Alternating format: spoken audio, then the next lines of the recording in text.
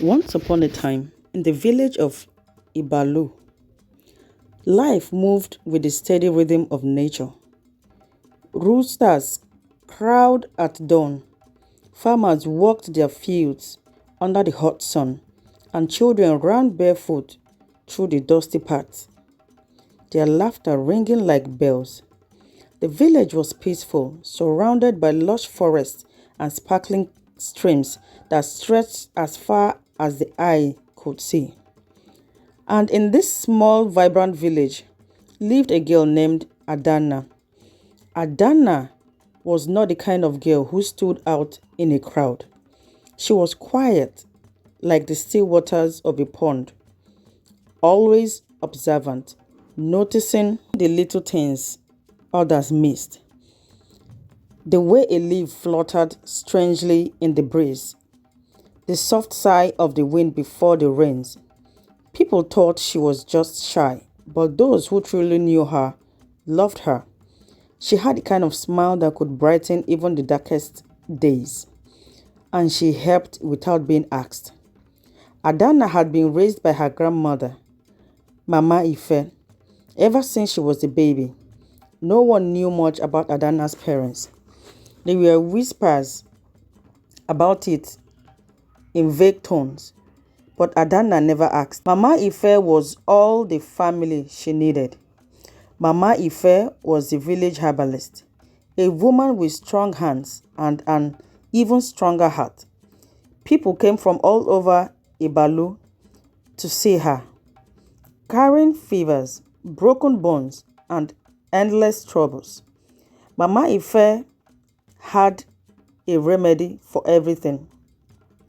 Adana spent most of her days helping her grandmother, sorting herbs, fetching water, and mixing potions. Life was simple, steady, and safe. But that all changed one fateful day. It happened while Adana was walking along the narrow path that led to the village stream. She carried an empty clay pot on her head, humming softly as her feet kicked up little sources of dust. Sunlight peeked through the trees, dappling the earth with shadows and light. It was an ordinary day, or so Adana thought. And then she saw it. Right there on the dusty path were footprints. But they were not like any footprints Adana had ever seen. These ones glowed faintly, like firelight in the dark. They shimmered on the ground as though the earth itself had secrets. Adana froze, her heart pounding. She glanced around, but the forest was empty. Who could have left these? She murmured, staring at the glowing marks. Then, laughter echoed from behind her. She turned to see her friend Tobe running towards her. Tobe was always cheerful, always full of mischief. He waved, out of breath, his fishing net slung over his shoulder. Adana, you are staring at the ground like you found gold, he teased, flashing a grin. Adana blinked, shifting her gaze to his feet.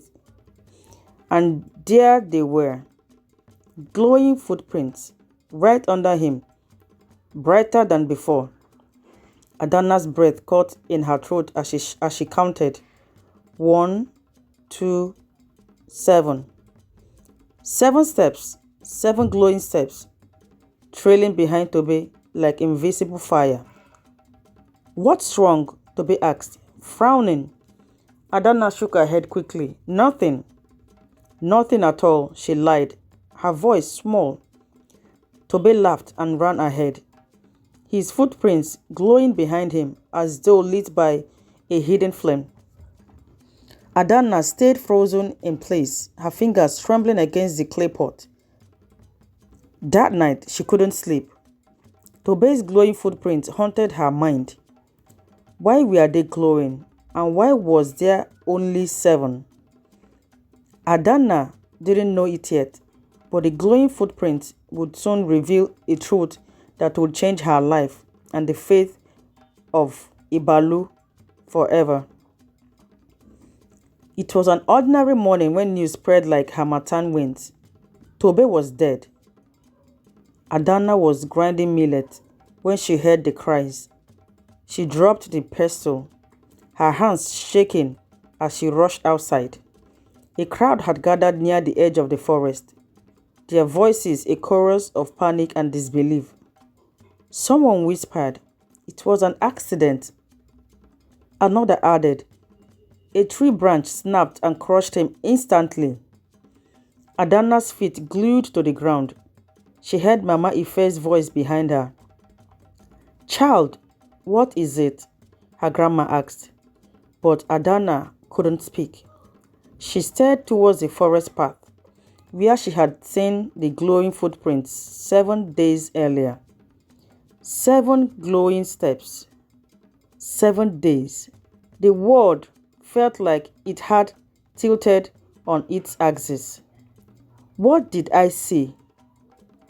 Why Tobe? Why me? Grief and fear wrapped around her like a snake. That night, Adana sat outside her grandmother's hut, her knees tucked to the chest. The stars glittered above, but there was no peace in their glow. She couldn't escape the truth. She could see it, not just footprints, but the number of days someone had left to live, and she felt cursed. Why am I being shown this? What am I supposed to do? Adana tried to forget about the glowing footprint, and for the next 2 months, all was quiet as the village mourned Tobe's death. But then, it happened again. This time, it was her best friend Chika. Adana and Chika were sitting by the stream, washing cassava roots, laughing and gossiping about the new boy in the market who sold oranges. And then, as Chika stood up to leave, Adana saw them.